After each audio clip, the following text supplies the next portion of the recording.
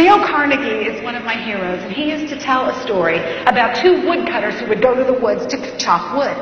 And they would get paid based upon how much wood they would chop. The first one went and worked hard all day.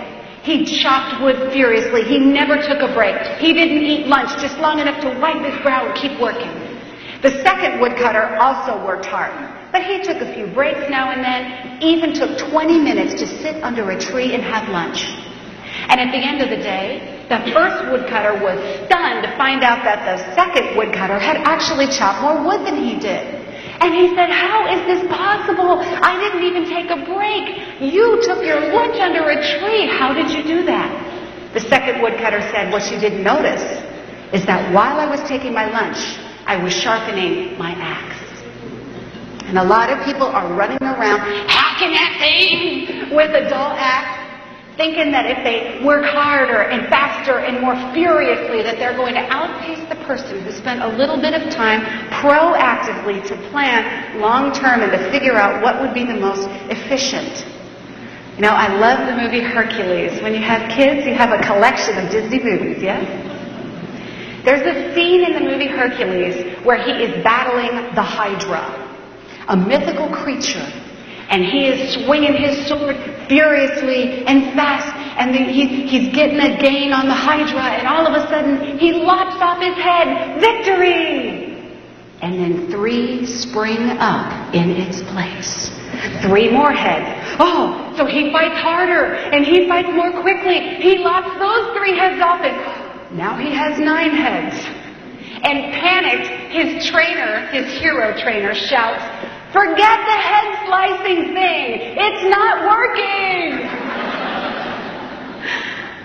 Do you ever feel that way at work? You delete one email and 3 pop up. Jeez. You finish one project, your boss gives you 3 more. You return a voicemail and there's 3 more, right? And we feel so overwhelmed by work that we work harder and we work faster, and work starts to spill over into our night times and into our weekends, and we are desperately trying to give up. Forget the head slicing thing. It's not working. If you had a 30-hour day, would that help? Would you get so much more done? Would your 30-hour day soon become just as busy as your 24-hour day is now? You'd probably just fill it up. There'd always be more projects to start and people to see and places to go and calls to make. So the reality of time is that there will never, ever be enough time. You will never finish. And for a lot of people, that's really good news. Because I really believe there is time to do the things that are truly important. And the hard thing is to figure out, what do you do with the rest? How do you delegate, simplify, streamline, eliminate? Have you ever asked the question, if I didn't do this task, would anybody notice? That's a darn good question. So moving a minute means when you have moved the mountain and now you are focused on your high priority task, how can you ensure that you stick there? If someone comes in and they say, "Hey, got a minute?" Do they really mean one? That's like a 10-minute interruption right there. So learning how to open your mouth and saying, "You know, I have my back up against the wall right now on this deadline. I would love to talk with you about this. Can I call you at 3?" And let them see you write it down. And they walk out going, "I have an appointment." And that feels psychologically like you've taken care of them. It means not multitasking. If you're supposed to be finishing that project, that report summary by noon, and it's 8 o'clock now, a lot of people get in there and say, "Okay, let's see, I'm going to start that report. No, need a latte to get me going. Go to Starbucks, get a latte, come back. Okay, where was I? Oh yeah, meeting notes. They're in here somewhere. Oh, look, here's the supply order. Oh, forgot to fax that. Better go do that right now. Here, fax the supply order, back over here.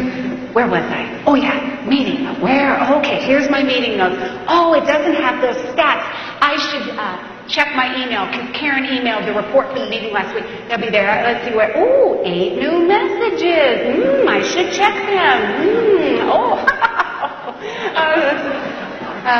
Where was I? Oh, good. Meeting notes. Okay. Oh, here they are. Oh, look at that. She doesn't have the statistics in there. I'll just call her and say, "Hi, Karen, you know, I really What? Oh, tickets for the show. You're kidding. How did you get those? What time? Oh, 4 o'clock. I'd love to. Oh, thank you. I'll see you then. Okay. Oh, dude, stats for the meeting. Oh, voicemail. Gee, I'm going to do it myself. Calculator. And this. Oh, my gosh. Look at this drawer. This is a mess. Can't find anything. I should clean it.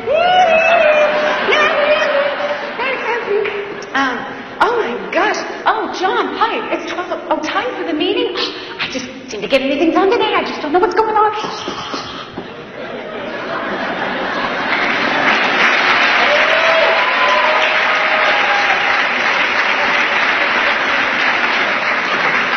Does that look familiar? You know, we're just like these little butterflies. Flip, flip, flip, flip, flip, flip. Does anybody have a bunch of half-done projects all over their desk? Yeah. You know, instead of being a butterfly, during the day you have to think of yourself like a postage stamp. You're going to stick to one thing till you get there.